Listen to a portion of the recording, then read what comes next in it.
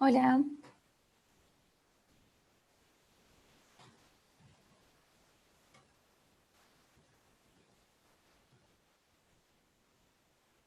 Hola Vicky.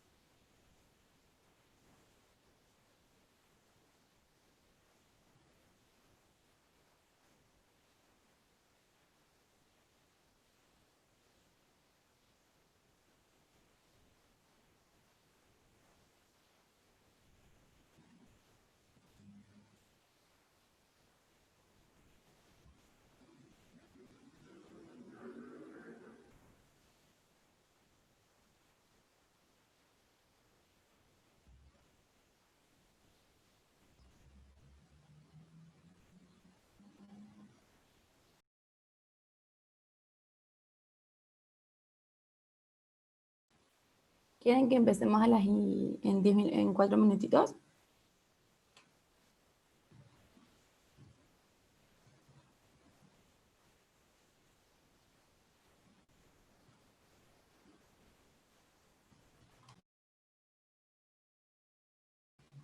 Levante la mano quien tiene hambre.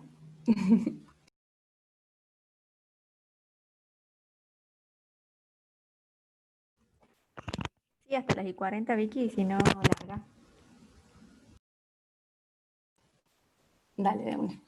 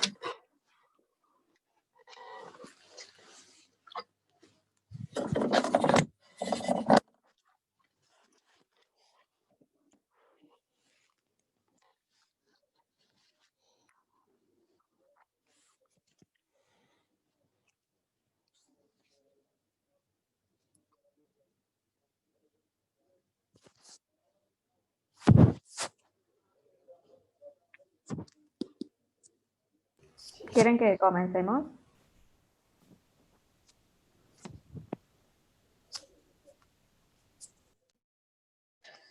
Sí, me parece que sí. Vayamos largando nomás. Lo único que no sé si se está grabando.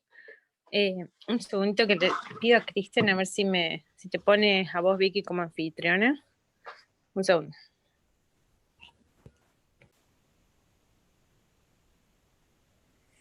Jackie, sí se está grabando y la Vicky ya tiene el código para ser anfitriona. Listo, listo. Ah, no, porque Bueno. cuando entré me decía que todavía no estaba, pero se ve que ahí ya lo hicieron. Listo, dale. Bueno, larguemos, Vicky, nomás. Dale, ahí lo pongo entonces.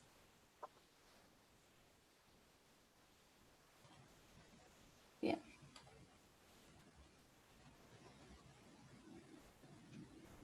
El anfitrión inhabilitó la función de compartir las pantallas.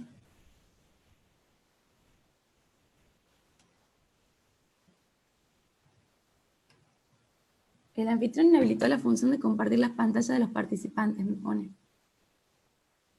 Doctora Mulki, Sí, ¿qué haces, Vicky? ¿cómo está mi villano favorito? Bien, ¿vos cómo estás? Bien, ¿qué hacen ahí? Estamos trabajando. ¿Están trabajando? Ah, muy bien. Si querés poder presenciar la clase de hoy, que vas a hacer repaso de ascitis, PBE y encefalopatía hepática. Vicky, ¿no te aplaudo deja eso, no. compartir? Ah, No, ¿no? me Te pone dice el anfitrión inhabilitó la función de compartir las pantallas de los participantes. Claro, ¿ves? A ver, ahí me chequeo con Cristian. Un segundo. Dale. Vicky, vos tenés que ir a la opción desde el chat, creo, y tenés un código que es un número que te pasó a Yelén, y con eso vos sos anfitrión y podés compartir vos solamente. La idea es que los demás no puedan. Claro, vas a participantes Sí. y ahí tenés que apretarse sobre tu nombre. Porque aparezco ahí, digamos, cuando hago eso. Y ahí vos tenés que reclamar, poné en los tres puntitos, si no, y ahí te dice solicitar el rol de anfitrión, y No, apretás ahí, me y figura, O sea, después reclamar tenés que rol de poner la anfitrión. clave que yo te pasé. solamente me Y ahí pone vos sos la anfitriona y vas a poder compartir pantalla. cuando hago, o sea, en los tres puntitos, viste que pones más y me sale nada más renombrar o editar imagen de perfil. Como que no me da la opción de Claro, o sea, no en cómo eso. participantes, sino al lado. Ah, bueno, vos le podés No sé asignar si está. como... Sí, De nuevo. sí. Espera, dame un segundo. Acá, Cristian, en 5 segundos te da el rol de anfitrión. Dale. Un segundo.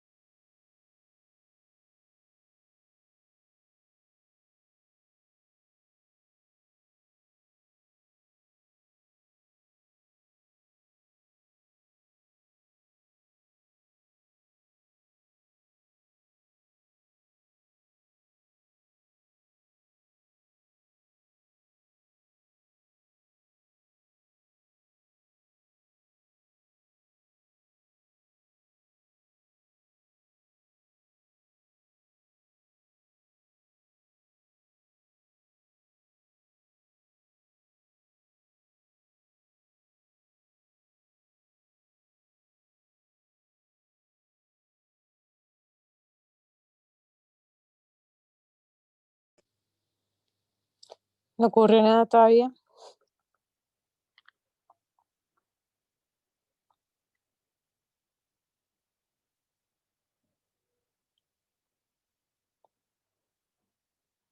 No podés compartir todavía.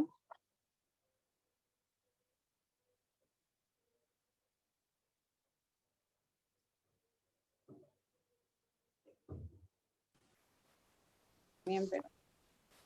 Me sigue Ahí, saliendo ¿no? el mismo cartel. A ver, espera que... Quizás Cristian me dijo 5 segundos, pero no es tan rápido. Vicky, a mí me deja, mira, anda al lado del chat, abajo que te hace el globito de chat, Sí, y viste que dice participantes 12. sí, Hace clic ahí y se te abren todo como los que estamos conectados. sí, Abajo a la derecha hay 3 puntitos. sí. Ahí te debería salir reclamar rol de anfitrión. No, no me sale. Es que tal vez Ah, porque ya. ya estoy como anfitriona, pero no me sale. Me sale silenciar mi audio, detener video, renombrar, fijar el video y editar imágenes de perfil. Y ocultar vista propia. Ahí ya sos Listo, A Vicky. ver, operadora. mira, Ahí algo se hizo dice ahí. Cristian. Ahí le dice Cristian. Sí, sí, sí, listo. A ver, ahí. Ahora sí. Ahora sí. Mm.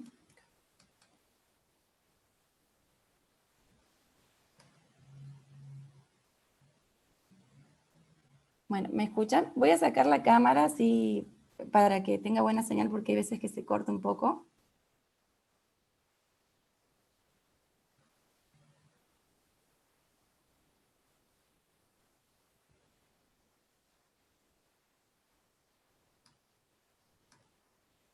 Ahí está, ¿me escuchan, no es cierto? Sí.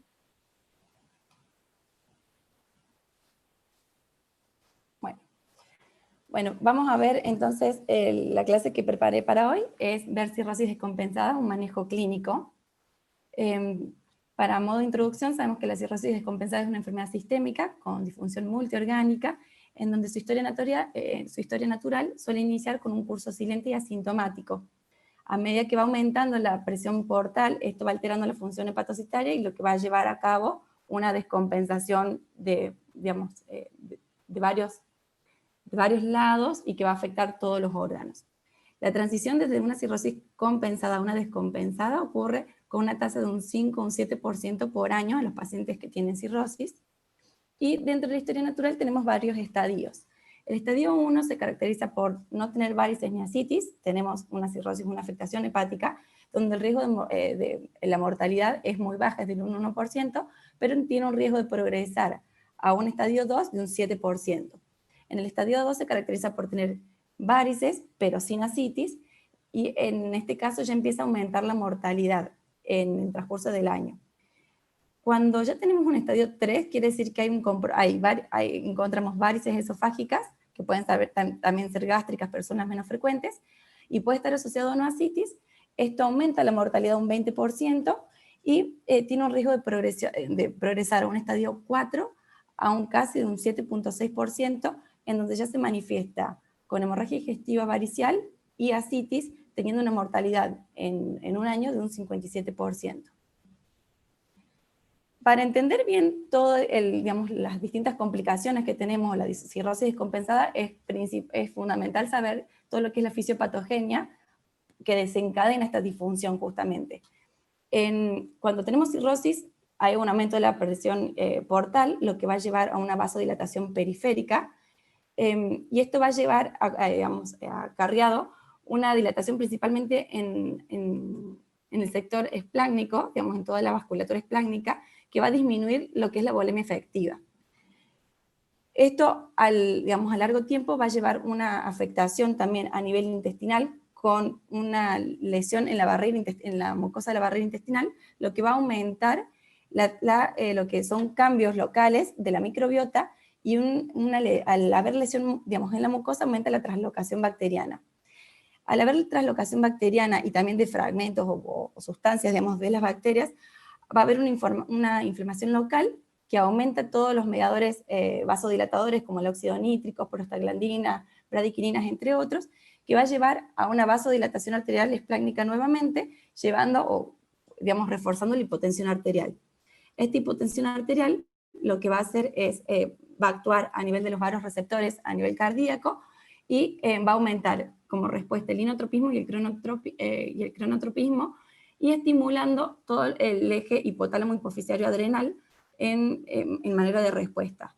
A consecuencia de esto va a aumentar la hormona antidiurética, para poder hacer una retención de agua a nivel renal, lo que va a llevar a una disminución, digamos, una retención de agua, lo que lleva a una hiponatremia dilucional, la acumulación de citis, y en un futuro, digamos, termina haciendo o afectando todo lo que sería el síndrome hepatorrenal. Todo esto se suele mantener sobre un cierto periodo, que es el periodo asintomático, pero cuando ya empieza a haber una disfunción o una acumulación o una persistencia de este eje, vamos a ver las consecuencias y principalmente lo que es el síndrome ascítico, que es la complicación más frecuente. Por lo tanto, vamos a empezar a hablar justamente de eso, del síndrome ascítico en los pacientes con cirrosis. La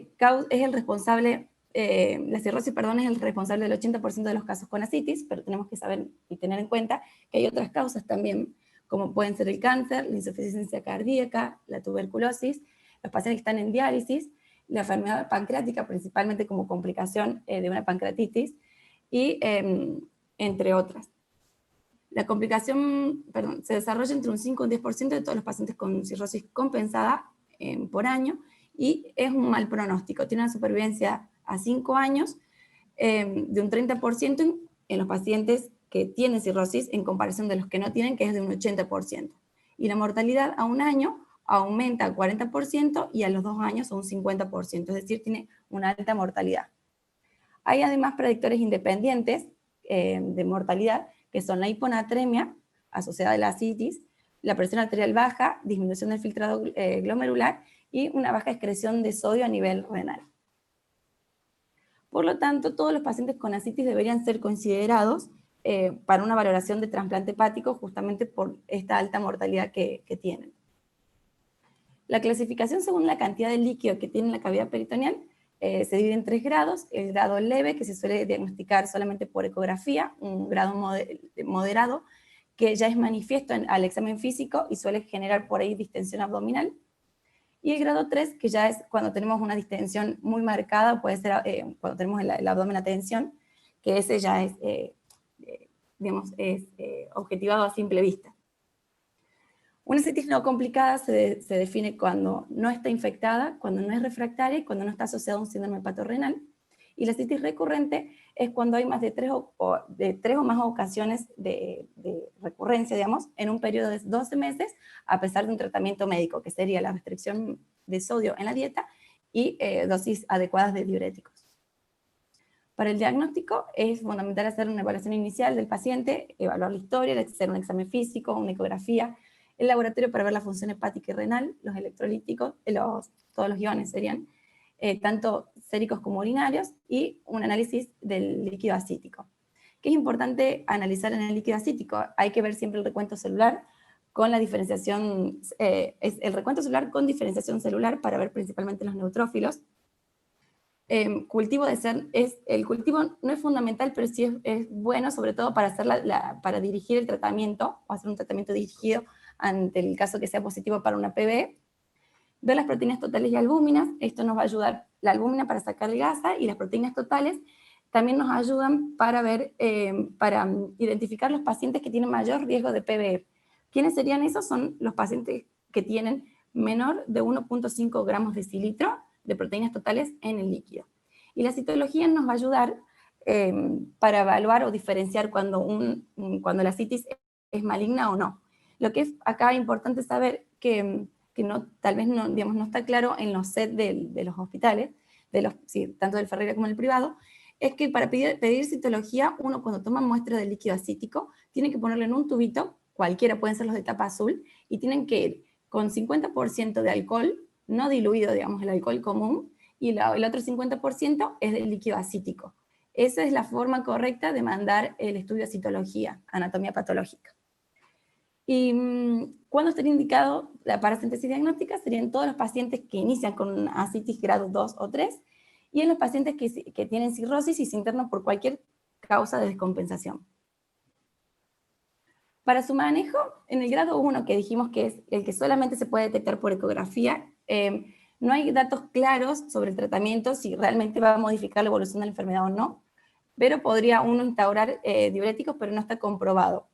Si el paciente tal vez está asintomático, también puede hacer un seguimiento cercano del paciente y evaluar. El grado 2 de ascitis ya sí tiene claras indicaciones, no requiere hospitalización y fundamentalmente el tratamiento está indicado a la restricción moderada de la ingesta de sodio y al aumento de la excreción renal de sodio con diuréticos. La que tiene mayor grado de recomendación es la restricción de sodio, de la ingesta de sodio. Con respecto a esto, ¿qué podemos decir? La ingesta de sodio debería ir entre 4.6 a 6.9 gramos de sal, que es un equivalente a comer una dieta común sin el añadido de sal en la comida y evitando todo lo que son comidas chatarras o preparadas. Siempre se recomienda en todos los pacientes hacer una educación nutricional y hacer la derivación, de ser posible, con un nutricionista, sobre todo para manejo completo digamos, no solamente la ingesta de sodio y la educación de la misma, sino para el resto de los alimentos y sobre todo desde el punto de vista proteico. Y tampoco está recomendado, a pesar de que uno tiene que indicar una restricción de sal, no tiene que evitarse las dietas sin sal completa. Con respecto a los diuréticos, el de primera elección es la espironolactona, que va de una dosis inicial de 100 miligramos día, que puede ir incrementándose gradualmente cada 72 horas, hasta un máximo de 400 miligramos día, si es que no hay respuesta. En los pacientes que no responden a la espironolactona, se puede agregar la furosemida, iniciando con 40 miligramos día y también haciendo un aumento gradual hasta 160 miligramos día como dosis máxima. En los pacientes que tienen ascitis de larga data o que es recurrente, sí la combinación de fármaco es de elección digamos, de mantenerla.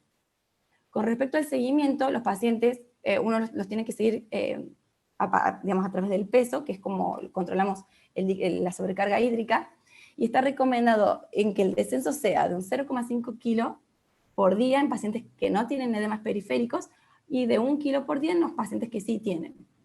Cuando uno consigue, digamos, un buen tratamiento de la ascitis y son respondedores, las dosis de los diuréticos deberían ir descendiendo gradualmente hasta intentar de mantener una dosis la más mínima que sea posible, pero en el contexto de una buena respuesta del líquido, digamos, sin recurrencia.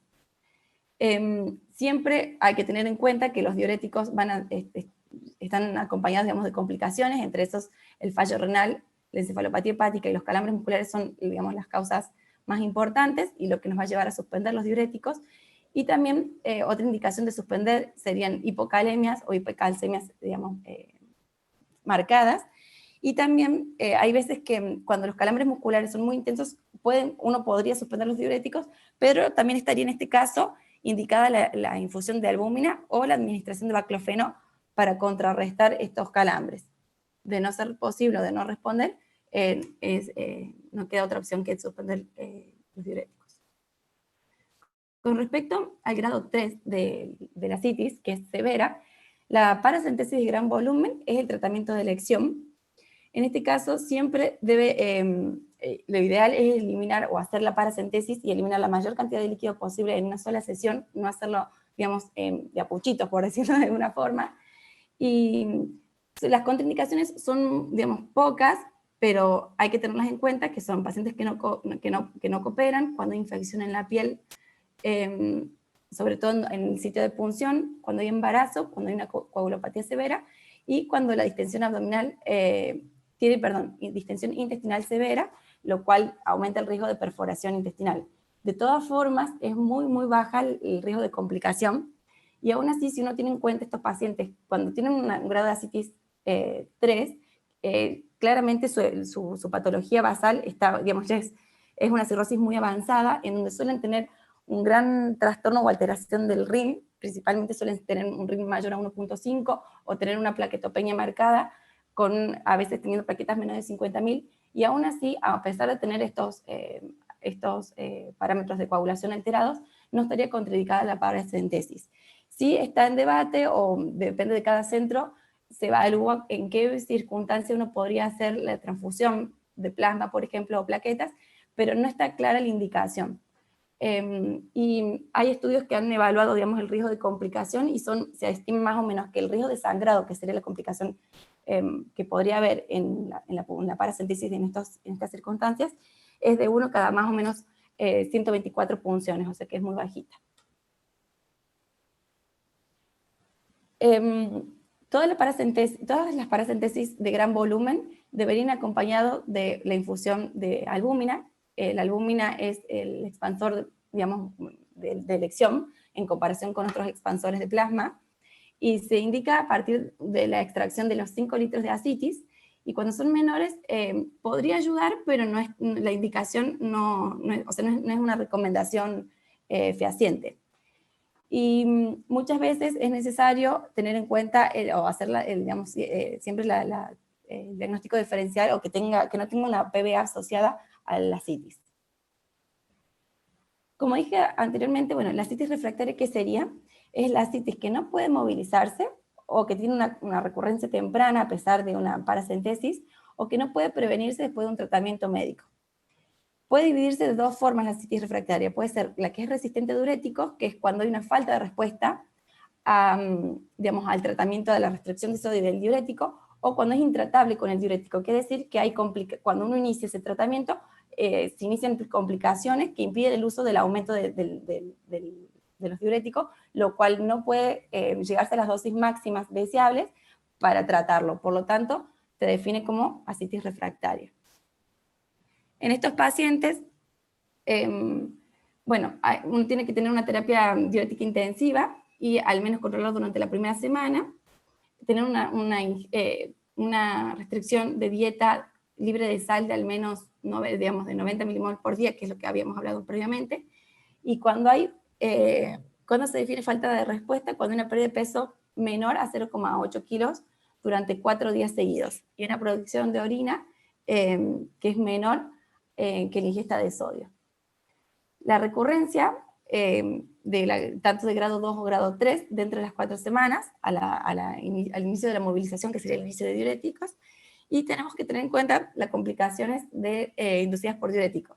Dentro de estas tenemos la encefalopatía, el fallo renal, la hiponatremia, la hipocalemia, y los calambres musculares, que ya habíamos hablado de esto.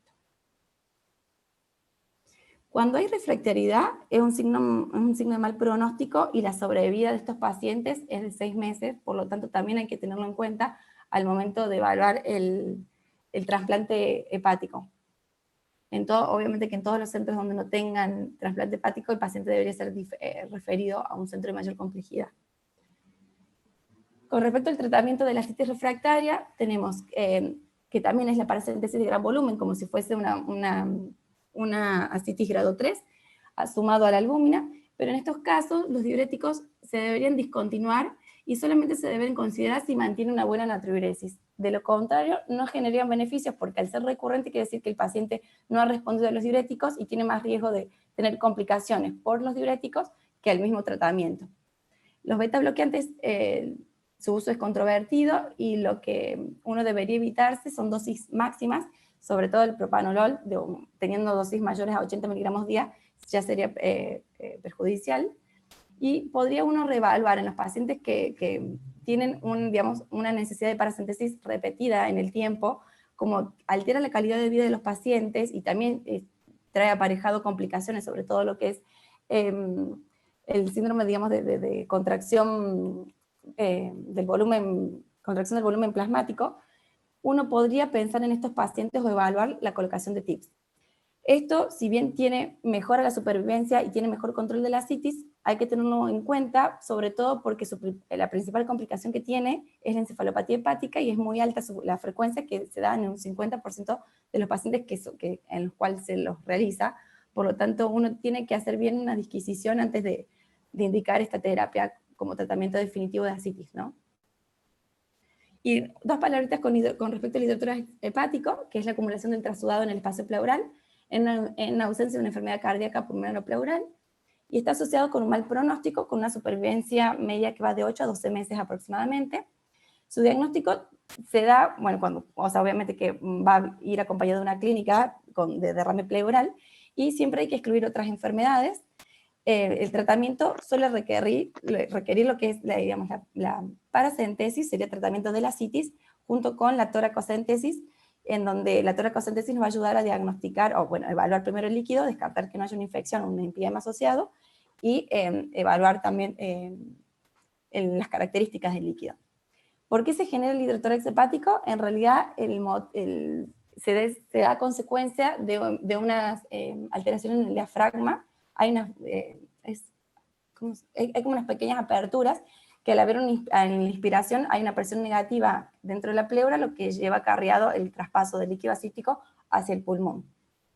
El tratamiento, como dije, puede ser la paracentesis diuréticos, que sería el tratamiento, digamos, general para la ascitis. La toracocentesis sería en un inicio diagnóstica y posteriormente pueden ser, digamos, para aliviar el síntoma de disnea. Los TIPS podrían estar indicados en estos pacientes y el trasplante hepático sería como lo ideal en estos pacientes. Cuando el paciente no tiene indicación o está lejos de un trasplante hepático, uno podría pensar en hacer una pleurodesis o, en su defecto, una cirugía de reparación diafragmática de estos defectos a ese nivel. Hay estudios que están evaluando todavía la administración a largo plazo de la albúmina en estos pacientes con cirrosis.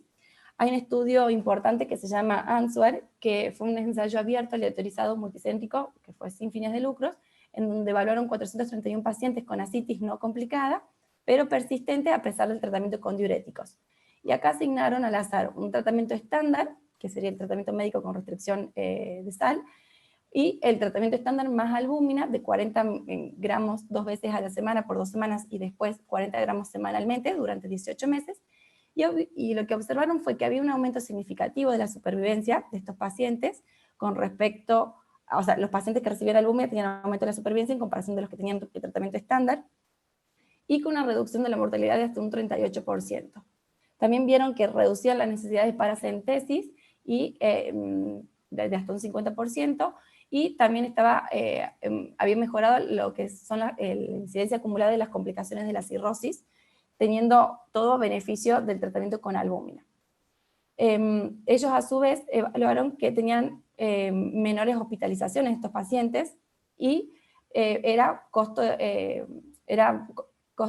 tenía mejor costo-beneficio los tratamientos con albúmina porque se internaban menos en comparación con los que eran sin albúmina porque tenían mayores internaciones, sobre todo para hacer la paracentesis. Este es un trabajo que avala el tratamiento a largo plazo.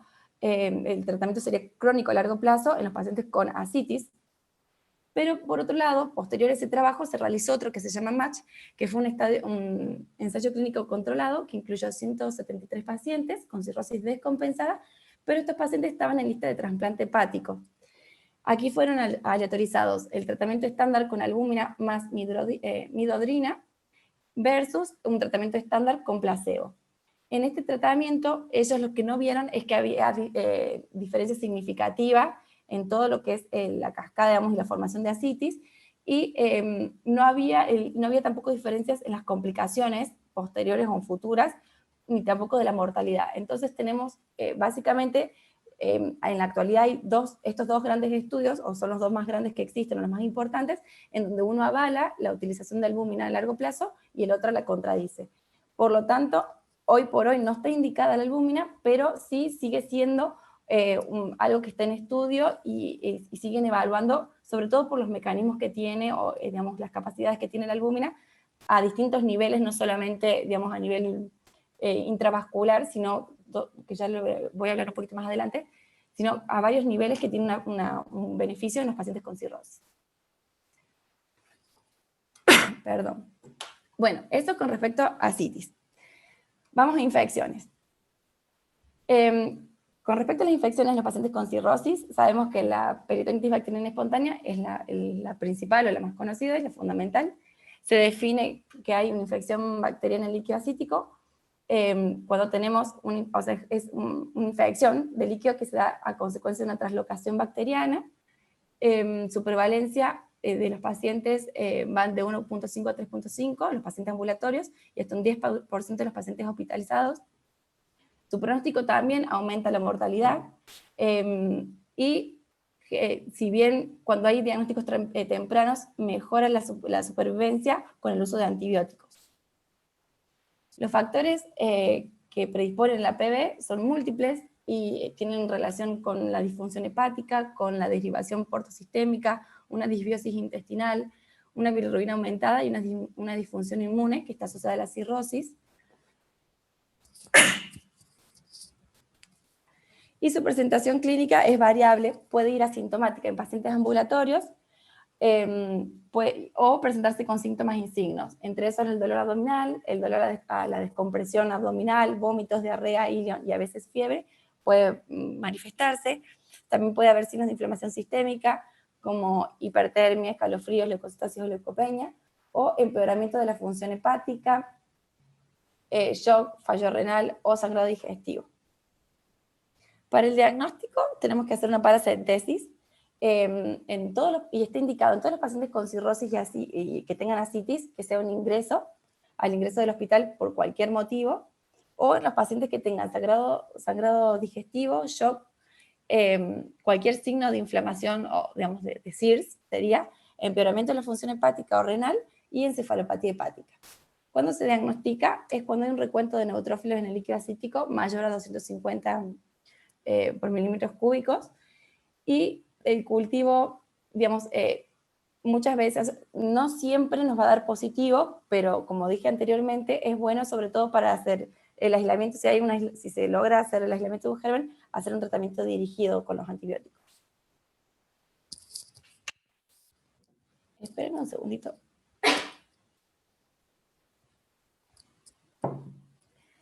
También tenemos que tener en cuenta que hay otras definiciones, como es la bacteriocitis, que es cuando tenemos un recuento de neutrófilos menor a 250, pero con cultivo bacteriano positivo. En estos casos, lo ideal sería que el paciente se vuelva a hacer una nueva punción y volver a reevaluar. Si el cultivo vuelve a dar positivo, se interpreta como que hay una PBI y debería continuarse con el tratamiento y cumplir el tratamiento, y en caso de ser negativo, uno podría considerarlo como un falso positivo. También tenemos el empiema pleural bacteriano espontáneo, que es cuando ya hay una infección del líquido pleural en contexto también de un líquido acítico, entonces habría que evaluar la infección de ambos líquidos, y siempre hay que hacer un diagnóstico diferencial con lo que es la peritonitis bacteriana secundaria, que en este caso los cultivos suele haber aislamiento de múltiples organismos, y sí, los neutrófilos van a estar muy altos a nivel del líquido, junto con las concentraciones plasmáticas, junto con la concentración de las proteínas a ese nivel. En estos casos, cuando uno sospecha que puede haber una peritonitis bacteriana secundaria, debería hacer una tomografía para reevaluar, y lo más probable es que el paciente requiera cirugía. Está avalado la utilización del Q-SOFA, el SOFA, para evaluar a los pacientes ante sospecha de PBE en el contexto de su ingreso al hospital, y evaluar si tiene requerimiento o no de terapia a unidad cerrada, lo cual, nos ayuda sobre todo para el manejo posterior. Con respecto al tratamiento, las cefalosporinas de tercera generación son el tratamiento de primera línea.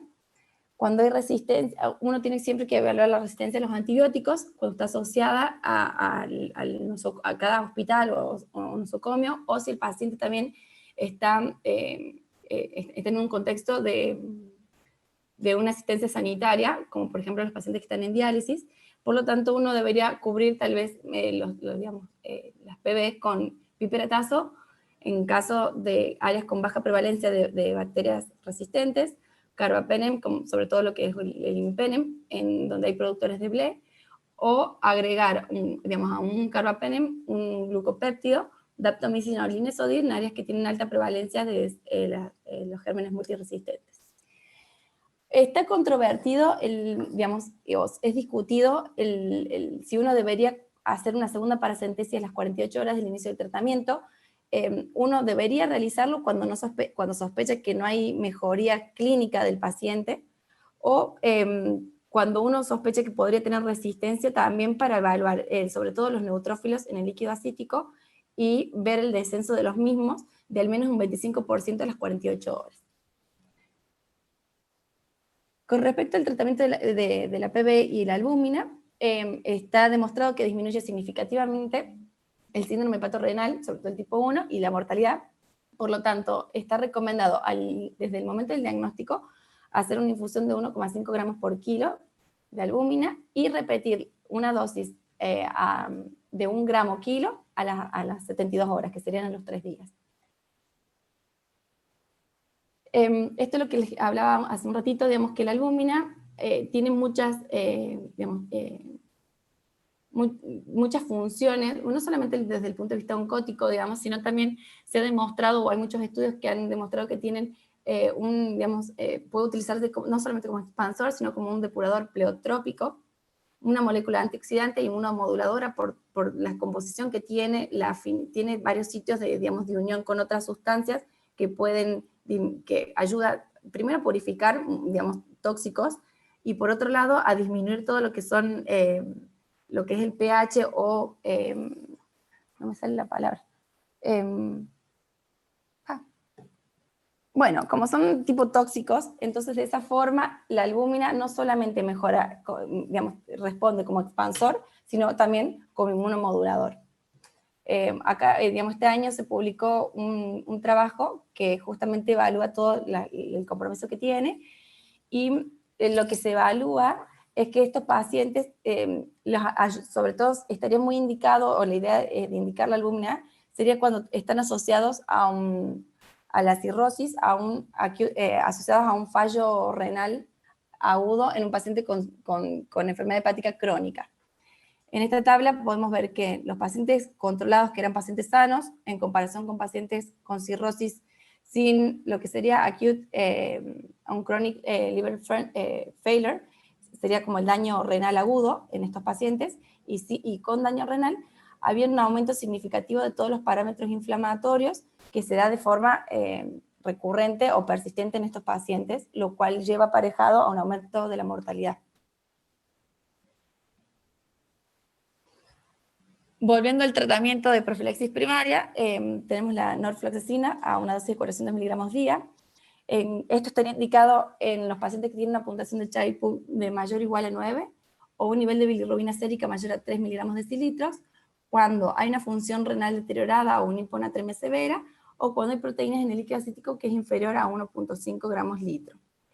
La profilaxis sí debería de suspenderse si el paciente tiene una mejoría, digamos, duradera en su evolución clínica y cuando tiene desaparición total de la ascitis. Y como profilaxis secundaria también está indicada a la misma dosis, a 400 miligramos día, en todos los pacientes que sobreviven el primer episodio de PV, porque recordemos que tienen una alta mortalidad, y la tasa de recurrencia, que suele ser acumulada un año, es aproximadamente un 70%, y la de la supervivencia, al ser tan baja, debería considerarse o revalorar el trasplante hepático en estos pacientes. A tener en cuenta como un plus cuando hay una PV, siempre deberíamos reevaluar el uso de IVP en estos pacientes porque aumenta el riesgo del desarrollo. Y ahí, si bien, bueno, todos vemos, hay como un abuso, por decirlo de alguna forma, de su indicación. Entonces siempre los pacientes con cirrosis hay que siempre reevaluar si tienen indicación concreta o no de su uso para disminuir el riesgo de PV y en consecuencia agregarle una comorbilidad a las que ya tienen. Y dos cositas con respecto a otras infecciones de los pacientes con cirrosis, además de la PV, se pueden presentar en las hospitalizaciones por cualquier otra causa entre un 25 y un 30%, las más frecuentes son las itus, neumonías, la celulitis y la bacteriemia. Aumentan también la mortalidad con un odds ratio de un 3.75, y la combinación del fallo renal, acá puse mal, digamos, la combinación de una infección con el daño renal tiene un peor pronóstico. Y por último, vamos a hablar de encefalopatía hepática, que no hay nada, digamos, nuevo con respecto a esto, pero sí vamos a hacer un mini repaso. La encefalopatía hepática se describe como un espectro de anormalidades neuropsiquiátricas que son potencialmente reversibles en los pacientes con disfunción hepática o que tienen un shunt portosistémico. Se presentan un 30 o 40% de los pacientes con cirrosis a lo largo de su evolución clínica, y está asociada también a un aumento de su mortalidad de hasta un 50% en el primer año. Cuando hablamos, digamos, de la fisiopatogenia de la encefalopatía hepática, principalmente, digamos, no vamos a entrar en detalles, pero básicamente al haber un shunt portosistémico más un deterioro de la función hepática, aumenta las concentraciones de toxina, principalmente lo que es el amonio, lo cual va a afectar, va a generar un edema cerebral y en consecuencia lo que es la encefalopatía. Hay ciertos factores precipitantes, pueden ser drogas, como las benzodiazepinas, los narcóticos y el alcohol. Puede haber un incremento de la producción de amonio, como son las ingestas excesivas de proteína, el estreñimiento, la hemorragia digestiva, las infecciones, la hipopotasemia, la alcalosis metabólica, la deshidratación, que pueden ser en secundario vómitos, diarrea, hemorragias, diuréticos, entre otros. Los shunt portosistémicos, por la colocación de TIPS, que es lo que habíamos hablado previamente. Puede ser también una derivación portocava que es quirúrgica o como complicación de una fístula, o espontáneo, o puede ser por una oclusión vascular, ya sea por isquemia, ya sea trombosis de la vena porta, por trombosis de la arteria hepática, o también puede ser por un hepatocarcinoma. Hay distintos grados de encefalopatía, va del 0 al 4. A lo largo de esto, lo inicial, o lo que se suele presentar como, digamos, principalmente es el trastorno del sueño, que es donde hay alteración del sueño-vigilia. Posteriormente progresa una euforia o depresión con desorientación, lo que lleva después a una conducta inapropiada, y esto, digamos, si sigue en la evolución, puede haber somnolencia, confusión y hasta el coma. Va a haber, digamos, eso se va también reflejando al examen físico, por lo que se generó hay dos clasificaciones según las manifestaciones clínicas, que una son los criterios de Western Heaven y la otra es de Sonic, en donde según el grado de encefalopatía, vamos a tener distintas alteraciones al examen físico, en la parte conductual, y hay veces que, sobre todo lo que hay que tener en cuenta es que, por ejemplo, en el grado 0, todo lo que es la función intelectual y la función neuromuscular puede ser normal, el estado mental no se ve afectado, pero uno puede, a través de pruebas especiales, poder ver si hay una diferencia en lo que son una alteración mínima, que ahí ya las voy a nombrar más adelante, como para poder identificar los pacientes que podrían tener un inicio de encefalopatía y que van a progresar seguramente con una progresión a mayor grado en el transcurso de su evolución. La clasificación según de la enfermedad también pueden ser, según si tipo A, si ocurre en el contexto de un fallo hepático agudo, tipo B, cuando hay un bypass portosistémico sin enfermedad hepatocelular intrínseca, o tipo C, cuando ocurre en el curso de una cirrosis con hipertensión portal o un shunt sistémico, que es lo que nosotros generalmente vemos.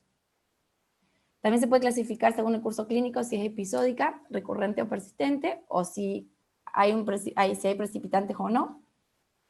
Y el diagnóstico suele ser en base a la historia y el examen físico, y excluyendo otras causas de cambios del estado mental a través de laboratorios e imágenes que nos van a guiar.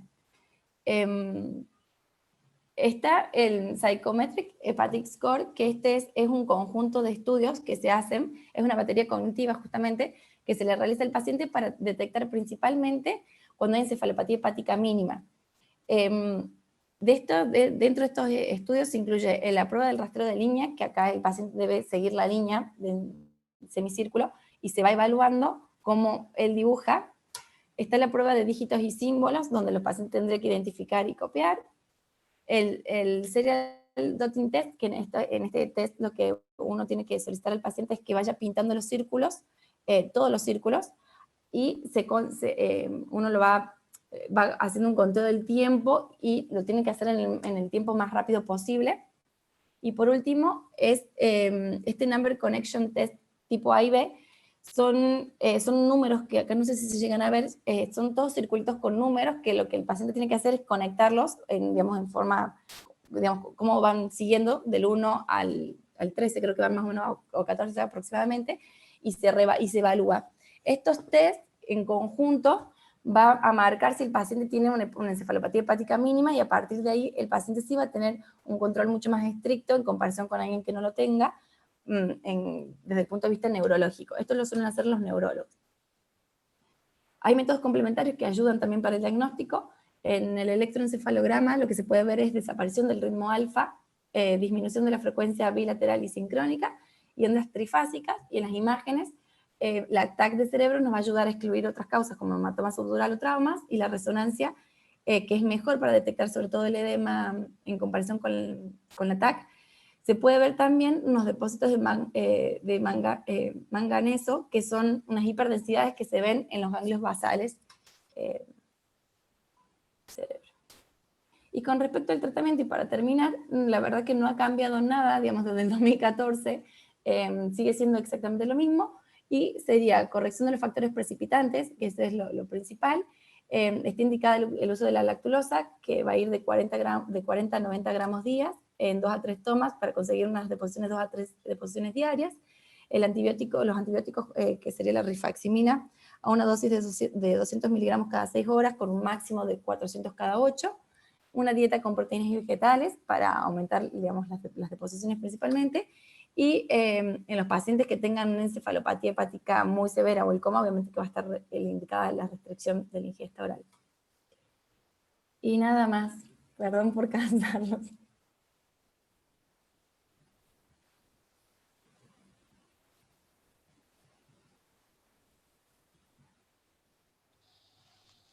Muy bueno, Vicky, me encantó. ¿Alguno tiene alguna pregunta?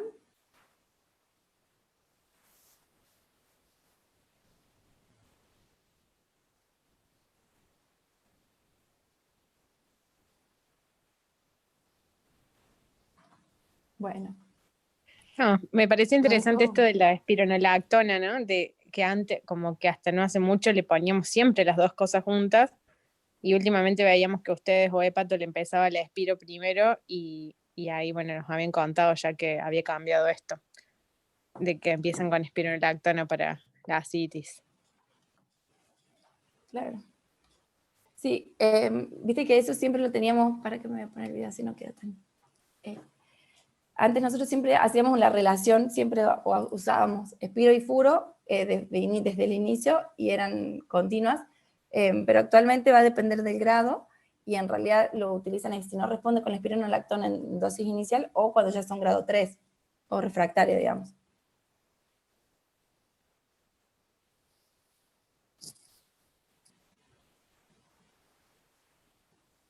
Vicky, la Euge, ¿cómo estás? ¿Cómo andas, Euge? Gracias por la clase. Consulta en cuanto al tema de la refractariedad. Bueno, me acuerdo alguna vez César Romero repasó algunos trabajos que hablaban del índice urinario. O sea, no sé si vos, no estuve viendo la clase, pero en un momento la Sofi se puso medio loca, entonces perdí una partecita. Pero para ver si el paciente es, digamos, refractario o no, si usan la MAO, ¿viste? La muestra de orina como para ver, y por lo que recuerdo, me acuerdo que César había puesto como hincapié en la relación sodio-potasio, pero no sé si se usa en verdad. Sí, digamos, en la recomendación, esta guía es del 2018, ya quedó un poco vieja la guía, pero en la guía del 2018 la indican como que se podría utilizar como parámetro digamos, de refractariedad. Sí, lo que pasa es que muchas veces uno lo controla desde el punto de vista clínico, más que nada para ver si hace, digamos, disminución de la ascitis o no. Pero sí está, digamos, como que está dentro de las definiciones y que se podría utilizar para definir si es refractario o no y el seguimiento. Y algo importante que vemos nosotros en el piso en general, que los pacientes entran de la guardia con encefalopatía hepática y entran con los diuréticos puestos, es decir, que no los suspenden, como que ese concepto de que es un criterio como para suspender, en general los médicos de guardia, ¿no? Como que todavía no lo han adquirido, en general se lo suspendemos nosotros el diurético en el piso. Obviamente, sí. Sí, y la suspensión va a ser, digamos, ni bien en un inicio, si está en contexto de encefalopatía, es hasta que resuelva su encefalopatía, o sea, mejores desde el punto de vista clínico neurológico, y posteriormente se puede reiniciar, pero obviamente sí, haciendo como un control más estrecho o más cercano.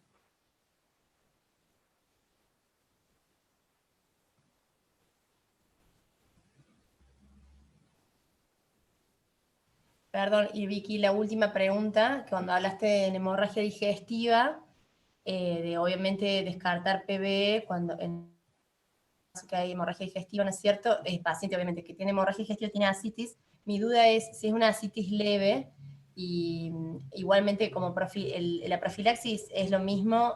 Vos ahí dijiste norfloxacina, pero en general nosotros estamos tratando con ceftriaxona, como si fuese el tratamiento, la prevención de PBE en pacientes con sangrado digestivo. En general, son pacientes que entran a la terapia y en general se le hace el tratamiento endovenoso. con ceftriaxona y en general llegamos a los 5 días como si fuese tratamiento. En ese caso, en general no le hacemos la punción. No sé si se entiende la pregunta. No, o sea, pero en el contexto, digamos, cuando uno tiene una hemorragia digestiva alta, sí le pone como tratamientos, como decís vos, la Claro, ceftriaxona, digamos. Pero posteriormente a eso, secundario a eso, uno podría evaluar a los pacientes que tengan ascitis, digamos, hacer la prevención secundaria sería. Secundaria. Y en la primaria son, son puntuales, va a depender del child, del número de proteínas totales que tenía el paciente. O sea que lo tenés que punzar, digamos, igual, digamos. Claro. Claro. Sí. En los pacientes que tienen hemorragia digestiva alta, uno debería también descartar siempre hacer el diagnóstico diferencial, porque la punción de los pacientes que tienen ascitis es, digamos, que sea un nuevo inicio o que tenga un motivo de internación de cualquier causa. Uno siempre tiene que hacer la punción para descartar PV en realidad. Sí, si Si es por ejemplo tiene hemorragia digestiva alta, siempre la punción. Bien, bien.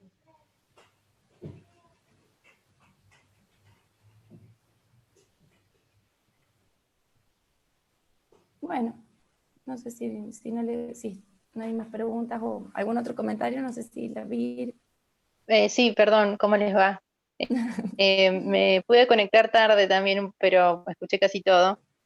Comentarios nomás de lo que preguntaba recién Euge del sodio.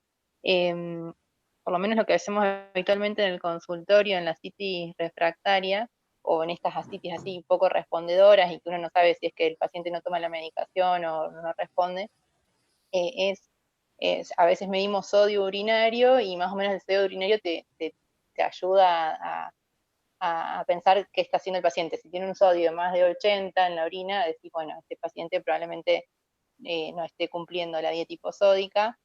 Si tiene menos de 10 de sodio urinario, vos lo tenés con diuréticos a dosis máxima, decís, bueno, este puede ser un no respondedor, un refractario, y bueno, y después tenés ahí el límite entre 40 y 80, que bueno, que vos por ahí le podés seguir subiendo los diuréticos tranquila, porque puede ser que necesite más dosis. Entonces eso es más o menos lo que, por lo menos yo en el consultorio, miro de los pacientes que tienen estas ascitis de difícil tratamiento. Siempre mirando la función renal y por ahí el sodio urinario me sirve para guiarme desde ese lado. Gracias.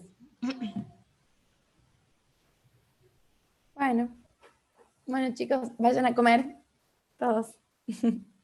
Muchas gracias, Vicky. Muy Nos bueno. vemos después. Nos estamos viendo. Adiós. Gracias. Chau, chau. Gracias, chao, Vicky. Chao, chao.